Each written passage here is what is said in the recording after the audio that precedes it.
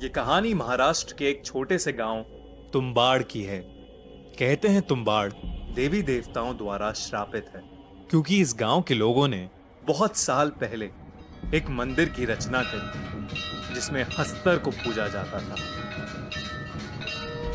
हस्तर पूर्ति की देवी की पहली संतान था।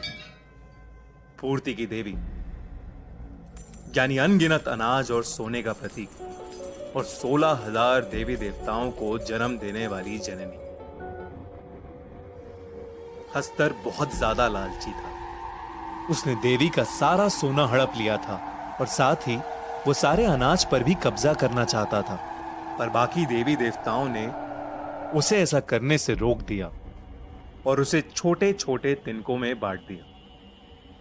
पूर्ति की देवी अपनी पहली संतान को बेहद प्रेम करती थी और हस्तर का नाश होने से पहले उन्होंने उसे बचा लिया, लेकिन एक शर्त पर, कोई उसे कभी नहीं पूजेगा और उसे भुला दिया जाएगा।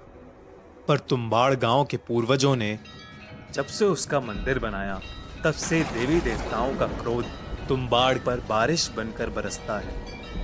लेकिन कहते हैं हस्तर ने प्रसन्न होकर अपना जितना सोना था सब उस मंदिर को अर्पित कर दिया, लेकिन वो मंदिर के अंदर कहां छुपा है ये किसी को नहीं मालूम। कई लोग वो खजाना पाने की चाह में मंदिर में गए तो जरूर, पर कभी वापस नहीं लौटे। इसलिए वो मंदिर सालों से बंद पड़ा है। गिरीश नाम के एक पंडित ने भी उसी खजाने की लालच में हस्तर की खूब पूजा करी और वहां जाने का सोचा।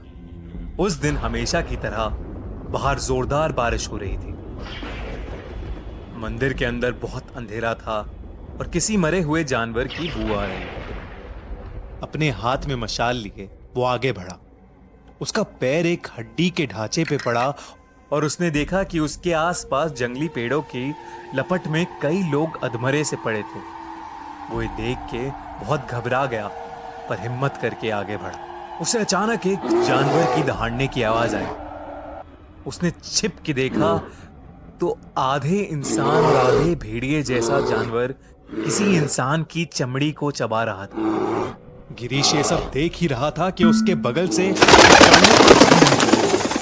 और वो उनसे बचते बचते नीचे गिर पड़ा।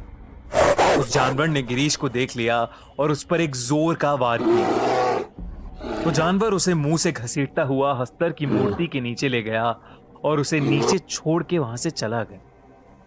गिरीश ने जब उठ के देखा तो वो दंग रह गया। वहां हस्तर की मूर्ति के ठीक नीचे सोने की अनगिनत मुद्राएं रखी हुई थी। गिरीश की आंखें चमक उठी और वो अपनी पोटली में सारा सोना भरने लगा। तभी अचानक मंदिर में बहुत जोर जोर से धमधम होने लगी और पूरा मंदिर हिलने लगा। जब गिरीश ने नजर उठा के देखा तो हर तरफ से भूतों की फौज हाथ में मशाल लिए उसकी तरफ आगे बढ़ रही थी। ऐसा डरावना दृश्य देख के उसके पसीने छूट गए और वो पोटली वहीं छोड़कर बहुत जोर से दरवाजे की तरफ भागा और किसी तरह वो आग में लिपटा हुआ मंदिर के बाहर पहुंचा। बारिश तेज थी जिसकी बदौलत आग तो बुझ गई, पर उसका सारा शरीर जल चुका था। सभी गांव वालों ने उसका बहिष्कार कर दिया और उसके बीवी बच्चे उसे छोड़ के चले गए। उस दिन के बाद गिरीश सबको पागलों की तरह बोलता रहा, अंदर मत जाना, अंदर मत जाना। और उसने अपना सारा जीवन उसी मंदिर के बाहर भीख मांग मांग के निकाल दिया।